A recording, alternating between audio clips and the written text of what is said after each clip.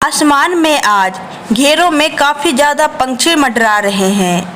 काफी तेजी से कोई दुर्गंध फैल रही है। लोग मुंह को कपड़े से ढकने लगे हैं। चारों तरफ भीड़ जमा है। आखिर क्या हो रहा है? वहाँ कुछ लोग खुदाई कर रहे हैं। काफी तादाद में वहाँ पुलिस भी खड़ी है। थोड़ी ही देर में खुदाई रुक जाती है। सभी चौंक जाते हैं। क्या है वहाँ?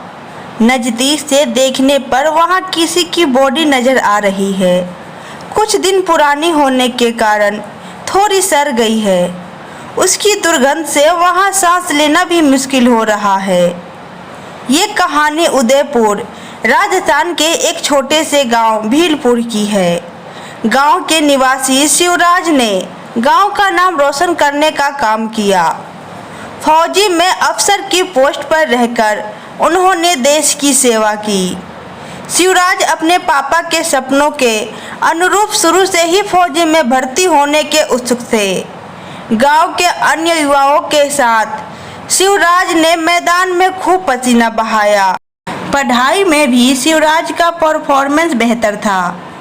आखिरकार शिवराज की मेहनत रंग लाई और उन्हें नेशनल डिफेंस सर्विस के अंतर्गत देश की सेवा करने का सुनहरा अवसर प्राप्त हुआ।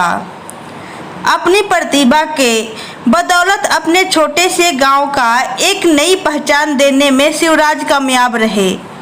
उनका विवाह पड़ोस के गांव की एक लड़की उर्मिला से हुआ। कालांतर में उनके 2 पुत्र विष्णु और विवेक हुए। शिवराज छुट्टियों में जब भी आते वो अपने परिवार के साथ पूरा वक्त गुजारते। उन्हें बच्चों से बेहद लगाव था। समय के साथ शिवराज को सर्विस से रिटायर होना पड़ा, पर शिवराज शुरू से ही खुद को व्यस्त रखने वाले थे। आराम तलबी उनकी फितरत में नहीं थी। शिवराज ने रिटायरमेंट से पहले ही अपने कैरियर के दूसरे अध्याय की योजना बना ली थी। घर वापस आने के बाद वो अपनी योजना को शक्ल देने के लिए इस उम्र में भी जी तोड़ मेहनत कर रहे थे। आखिरकार वो अपना व्यवसाय शुरू करने में सफल रहे। उन्होंने बकरी पालन का व्यवसाय शुरू किया। हालांकि उनके दोनों बेटे जो फौजी में ही उनकी तरह अफसर की पोस्ट पर तैनात हैं, उनसे रिटायरमेंट के बाद सिर्फ आराम करने और लाइफ एंजॉय करने को कह रहे थे, पर शिवराज कहा किसी के सुनने वाले थे। धीरे धीरे उन्होंने बकरी पालन के अपने धंधे को काफ़ी चमका लिया। काम के बढ़ने से धीरे धीरे उनके फॉर्म में काम करने वाले लोगों की भी आवश्यकता बढ़ी, जिसके लिए विभिन्न जिलों से लोग रोजगार की तलाश में शिवराज के फॉर्म पर काम पाने के लिए आते रहे।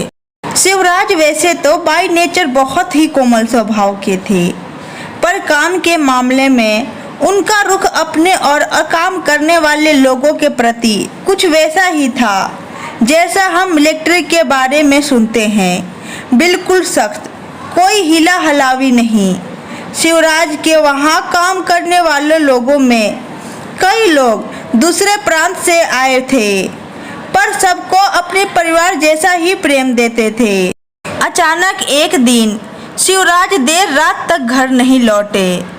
उर्मिला ने जब उनको फ़ोन किया तो उनका फ़ोन लगातार नॉन रीचेबल बता रहा था। हर तरफ शिवराज को ढूंढने के बाद थक हार कर उर्मिला ने अपने दोनों बेटे को फ़ोन किया और पुलिस में भी शिवराज की गुमशुदा की रिपोर्ट लिखवाई।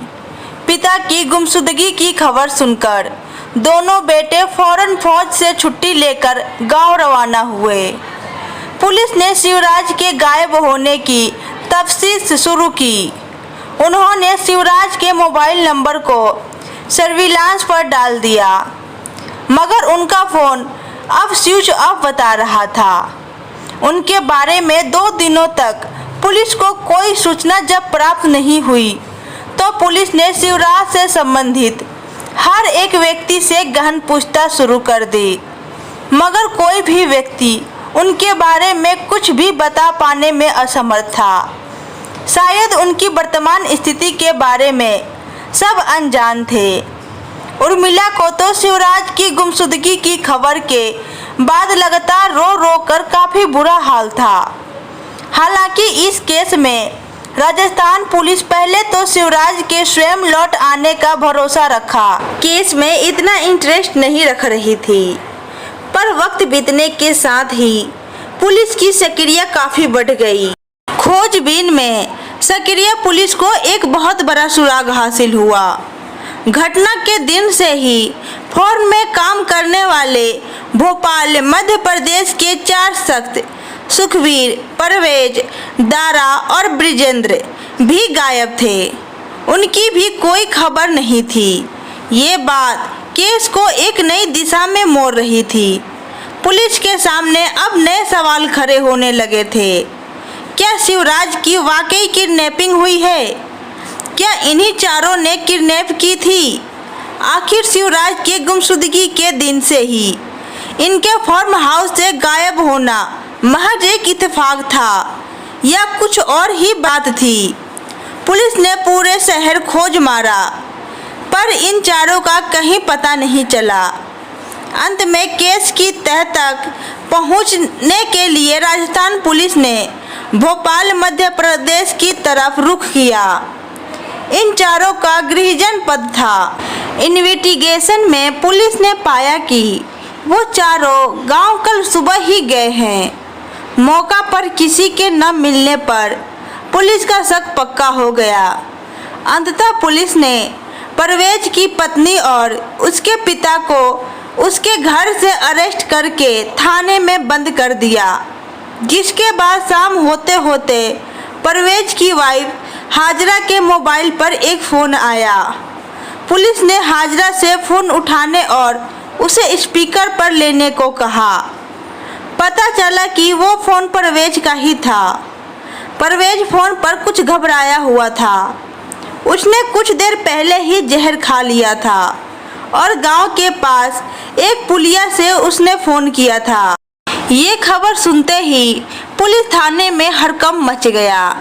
अनान फनान में पुलिस उस पुलिया पर पहुंची, मगर तब तक परवेज की हालत काफ़ी गंभीर हो गई थी।